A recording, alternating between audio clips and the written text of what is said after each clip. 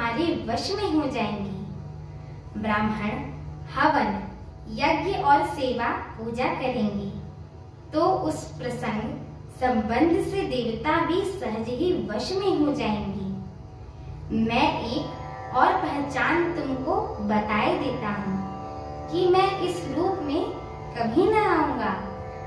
हे राजन, मैं अपनी माया से तुम्हारे पुरोहित को हर लाऊंगा।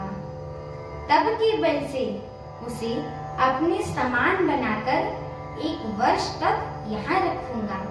और हे राजन सुनो, मैं उसका रूप बनाकर सब प्रकार से तुम्हारा काम सिद्ध करूंगा। हे राजन, रात बहुत हो गई है, अब सो जाओ। आज से तीसरे दिन मुझे तुम्हारी भेंट होगी।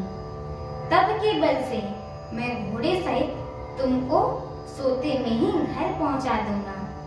मैं वहीं पुरोहित का वेश धर कर आऊंगा। जब एकांत में तुमको बुलाकर सब कथा सुनाऊंगा, तब तुम मुझे पहचान लेना। राजा ने आज्ञा मानकर शयन किया और वह कपट ज्ञानी आसन पर जा बैठा। राजा थका हुआ था, उसे बहुत ही गहरी नींद आ गई, पर वह कपटी कैसे सोता, उसे तो बहुत ही चिंता हो रही थी। उसी समय वहां कालकेतु राक्षस आ गया, जिसने सुअर बनकर राजा को भटका दिया था। वह तपस्वी राजा का बड़ा मित्र था और खूब छल प्रपंच जानता था।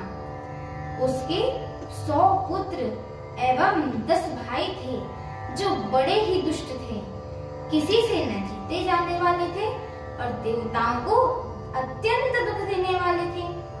ब्राह्मणों, संतों और देवताओं को दुखी देखकर राजा ने उन सबको पहले ही युद्ध में मार डाला था। उस दुष्ट ने पिछले बैर याद करके तपस्वी राजा से मिलकर सलाह विचारी, यानी षड्यंत्र किया और जिस प्रकार शत्रु का नाश हो वही उपाय किया।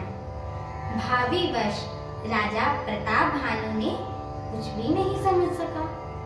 तेजस्वी शत्रु अकेला भी हो तो भी उसे छोटा नहीं समझना चाहिए।